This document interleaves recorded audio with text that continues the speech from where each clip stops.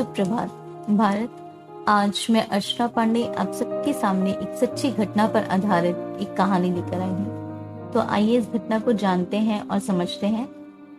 एक दिन कक्षा 1 में अध्यापक गणित पढ़ा रहे थे और उन्होंने एक बच्चे से पूछा कि बेटा 2 टॉफी और 2 टॉफी कितने होते हैं। बच्चे ने बड़ी सहजता से बताया, सर 4।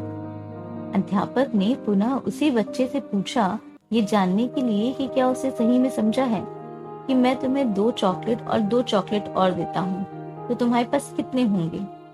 तो उसने जवाब दिया, सर 5। अध्यापक ने गुस्से में चिल्लाते हुए कहा कि 2 और 2 टॉफी 4 होती हैं तो 2 और 2 चॉकलेट 5 कैसे। बच्चे ने इस पर बड़ी मासूमियत से जवाब दिया कि 1 चॉकलेट मेरे बैग में पहले से ही है। अध्यापक इसे बच्चे की शरारत समझते हुए मेरे पास लेकर आया। मैंने संपूर्ण घटना सुनी। उसके बाद इस निष्कर्ष पर पहुंची कि अध्यापक भी अपनी जगह पर सही है कि 2 और 2 चॉकलेट 4 होते हैं और बच्चा भी अपनी जगह पर सही है कि 2 और 2 चॉकलेट और बैग में पहले से पड़ी 1 चॉकलेट मिला के 5 होते हैं। तो जब दोनों सही थे तो समस्या कहाँ थी।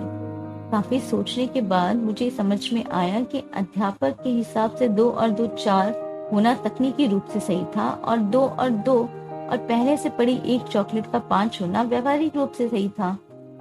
ये छोटी सी घटना हमें ये बताती है कि 2 व्यक्तियों के बीच का मतभेद इसलिए होता है कि एक तकनीकी रूप से सही होता है और एक व्यवहारिक रूप से।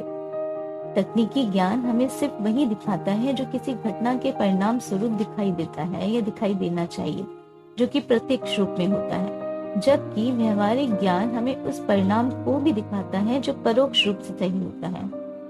जैसे वह अध्यापक हमेशा मुझसे शिकायत करते थे कि बच्चे उनकी बात नहीं सुनते। शायद इसी कारण बच्चे के इस 5 के जवाब में क्रोधित होकर मेरे पास लेकर आए। उन्होंने कहा था कि बच्चे नहीं सुनते, तो वे सही थे कि बच्चे नहीं सुनते होंगे, पर बच्चे क्यों नहीं सुनते इसे भी जानने की कोशिश करनी चाहिए। जब हम दूसरे पहलू को भी जान जाएंगे कि क्यों ऐसा होता है और क्यों ऐसा नहीं होता, तो हमारे किसी से भी मतभेद होने के किसी भी कारण का उत्पन्न होने की कोई गुंजाइश नहीं होगी। अतः हम किसी भी घटनाक्रम में एक ही व्यक्ति को दोषी नहीं ठहराना चाहिए, ना ही उस व्यक्ति के बारे में कोई निर्णायक सोच ही बनानी चाहिए। उसका उस व्यवहार के पीछे का कारण जानना चाहिए।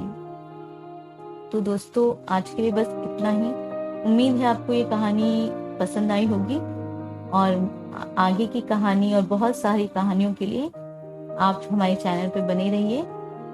अगली कहानी के लिए कल मुलाकात होगी इसी चैनल पर। तब तक के लिए धन्यवाद। अपना ख्याल रखिए, खुश रहिए, सुरक्षित रहिए।